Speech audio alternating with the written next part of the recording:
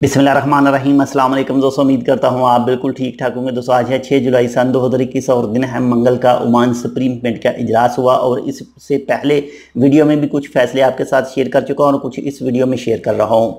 तो जो शाम का लॉकडाउन है वो तो 16 जुलाई से लेकर 31 जुलाई तक होगा, शाम 5 बजे से लेकर और सुबह 4 बजे तक। लेकिन मुसद्दम गवर्नरेट में ये शाम का लॉकडाउन नहीं होगा। इसके अलावा जो ईद के 3 दिन हैं, 10 दिलहाई से लेकर 12 दिलहाई तक ये फुल लॉकडाउन होगा। दिन के वक्त भी और रात के वक्त भी किसी भी आदमी को बाहर जाने की इजाज़त नहीं होगी, कोई भी कमर्शियल एक्टिविटीज़ नहीं खुलेगी, किसी आदमी को और गाड़ी को भी बाहर चलने की इजाज़त नहीं होगी। बाकी जो मखसूस हैं जिनको ओमान सुप्रीम कोर्ट की तरफ से इजाज़त दी गई होगी, सिर्फ वही बाहर आ जा सकेंगे, उनके अलावा कोई दूसरे नहीं।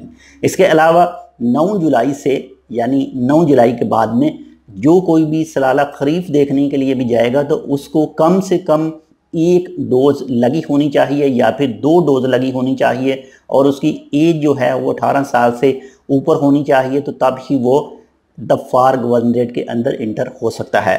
तो बाकी मज़ीद कोई अपडेट आती है तो वो भी इंशाल्लाह आपके साथ शेयर करते हैं। एक बार फिर आपके साथ शेयर करते चलूँ कि बड़ी ईद के ऊपर जो 3 छुट्टियां हैं मुकम्मल लॉकडाउन होगा। इसके अलावा जो 16 जुलाई से 31 जुलाई तक शाम 5 बजे से लेकर सुबह 4 बजे तक लॉकडाउन है, लेकिन मुसद्दम गवर्नरेट में शाम का लॉकडाउन नहीं होगा।